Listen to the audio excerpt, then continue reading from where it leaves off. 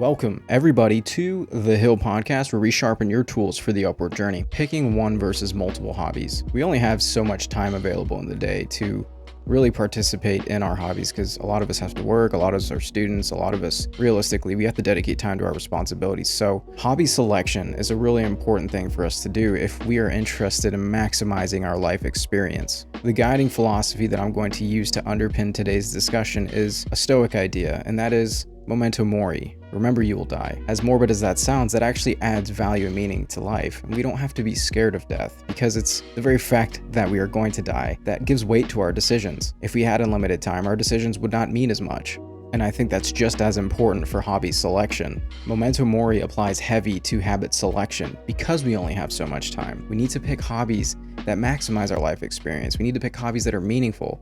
We need to pick hobbies that allow us to give back to the world. So should we pick one or multiple hobbies? Let's do pros and cons on this idea because it's not an easy answer. So if we were to select one hobby, one of the pros to that is you get to maximize your time in the development of skill in that hobby. You have the highest odds of reaching a high level. Malcolm Gladwell has suggested that it takes 10,000 hours for us to reach a point of high mastery of a skill or discipline. So perhaps selecting one hobby, allowing us to maximize the amount of free time that we spend towards that hobby, allows us to reach that 10,000 hour marker quickly. Some of the cons for that would be plateauing. If we spend so much time doing the same exact thing, there's a very real chance that you might lose interest in that thing that you're doing. And the human psyche does seem to crave some degree of novelty. There's fMRI studies out there that look into how novelty affects the brain. Another con to only pursuing one hobby is that you only experience one group's way of doing things. Oftentimes, participating in a hobby leads you to be with a group that has certain social norms. If you're only exposed to that set of social norms and behaviors and opinions and beliefs, well, it's going to be very difficult for you to step outside of your box and essentially grow your perspective. This is one of the key benefits of having multiple hobbies, which is the exposure to a variety of different ways of doing things, a variety of opinions, and a variety of skill sets.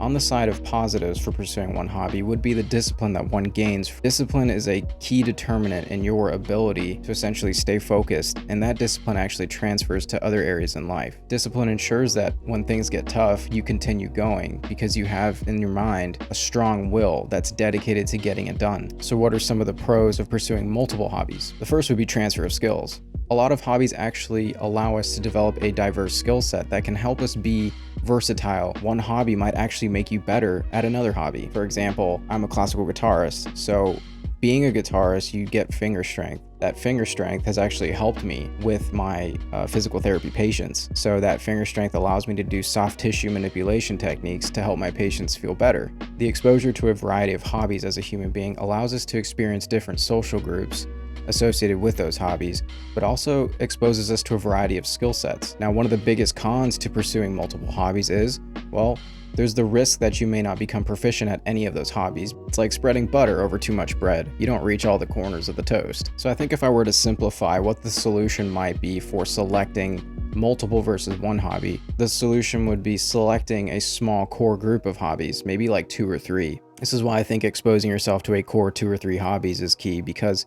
it allows you to put yourself around a variety of people. Seeing a variety of opinions, seeing a variety of ways of living, I think is super important nowadays because so many of us live in an echo chamber of the same exact opinions. Putting ourselves in different hobby groups allows us to see how other people think. Those that we spend time with has a massive impact on the way that we look at the world. Show me your friends and I'll show you your future. That's a quote by Dan Pena. You're only as good as the company you keep. So based on this discussion, what are some tools? If you haven't tried diversifying your discipline, hobbies, or skills, try new things. This shift in perception that you experience from different hobbies might be what it takes to actually help you maximize your other hobbies. Sometimes a change can help you progress past a plateau. If you were split between too many things, well, try dedicating more time to a select core of 2 or 3 hobbies. So after doing some of the math and looking at how much time it takes when you, let's say, work for 8 hours or you're a student for 8 hours a day, and then you take into account the time that you have to commute to work or go to school,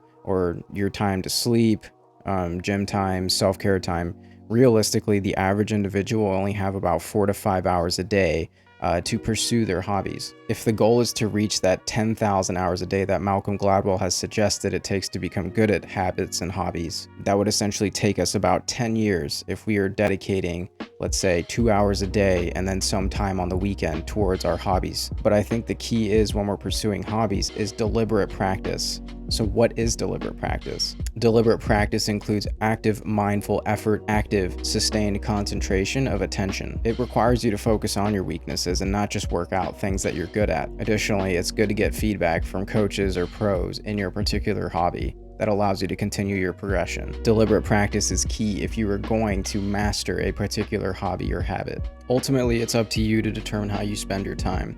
Make sure that the hobbies that you value allow you to pursue the life that you'd want to live.